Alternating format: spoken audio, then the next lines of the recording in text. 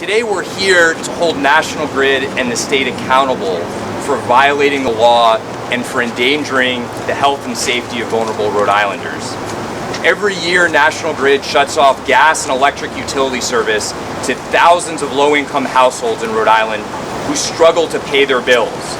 While the consequences of shutoff are devastating for many, no one is more at risk of harm from shutoff than medically vulnerable consumers.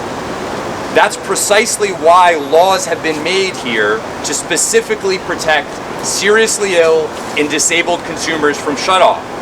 These laws are critically important for individuals, families, and communities. When a man suffering from chronic respiratory failure is hospitalized because he depends on an electric-powered oxygen machine and his electric service has been shut off.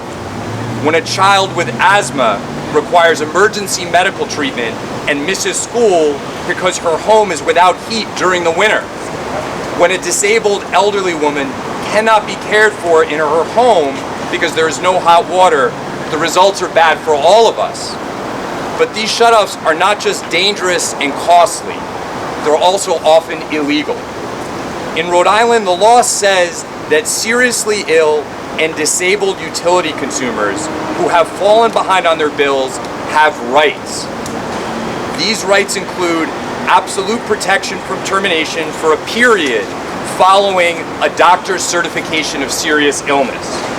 Disabled consumers are also entitled to a fair and reasonable repayment plan that takes into account their medical conditions. National Grid is supposed to follow these rules, and the state of Rhode Island's Division of Public Utilities and Carriers is supposed to enforce these rules and protect consumers. But that's not happening. The lawsuit filed today by the Rhode Island Center for Justice on behalf of low-income, medically vulnerable consumer households seeks to hold National Grid and the division accountable. The plaintiffs in this lawsuit have courageously come forward, and today you will hear from some of the plaintiffs. They've come forward to tell their stories of frustration and suffering in dealing with National Grid and their deep disappointment in our state's Division of Public Utilities. What their experiences prove is that National Grid and the division routinely terminate utility services to medically vulnerable households in violation of Rhode Island laws and regulations.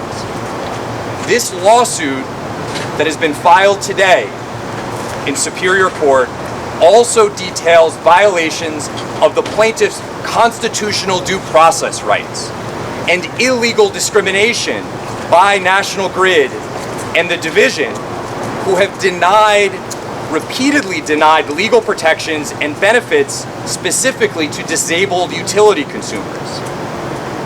By filing this lawsuit, we're seeking to stop illegal shutoffs that threaten the health and safety of thousands of medically vulnerable Rhode Islanders.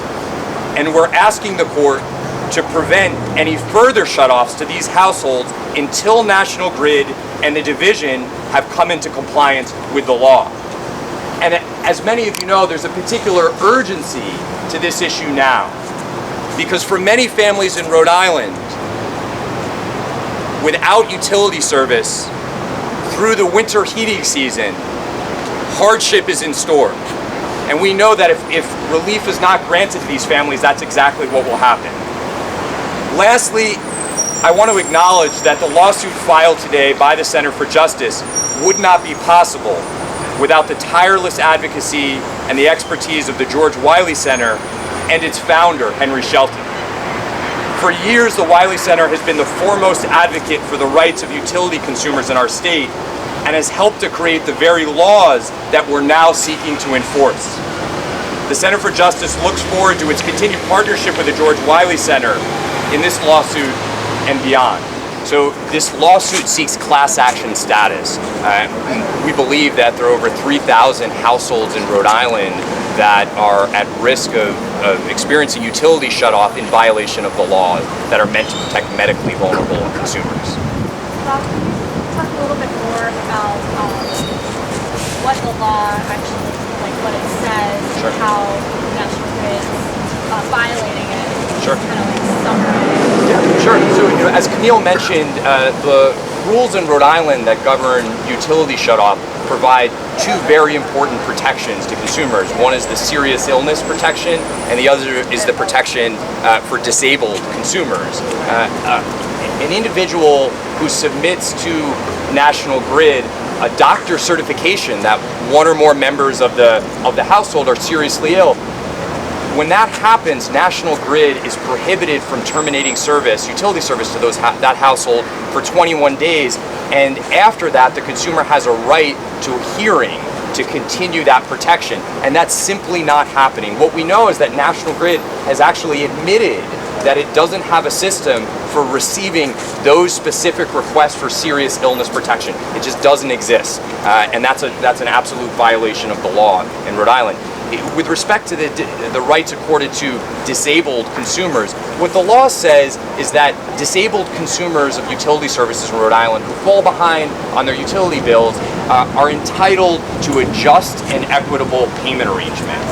What we know now is that National Grid's standard practice is to make available to disabled consumers nothing more than the harshest repayment terms that are permitted under the law. Yeah. Yes, that's it. It's very hard.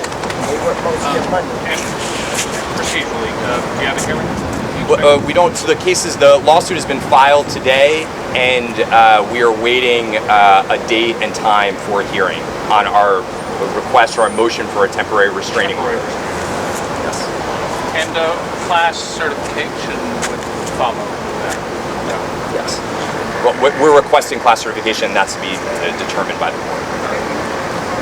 Have you ever sued before over this issue? Well, Wiley Center or? No? So I think you asked a question previously about sort of what's given rise to this, right? And I think some of the context for this is that the Center for Justice and the Wiley Center have formed a partnership, and it's called the Lifeline Project, because we're focused on protecting the rights of medically vulnerable utility consumers.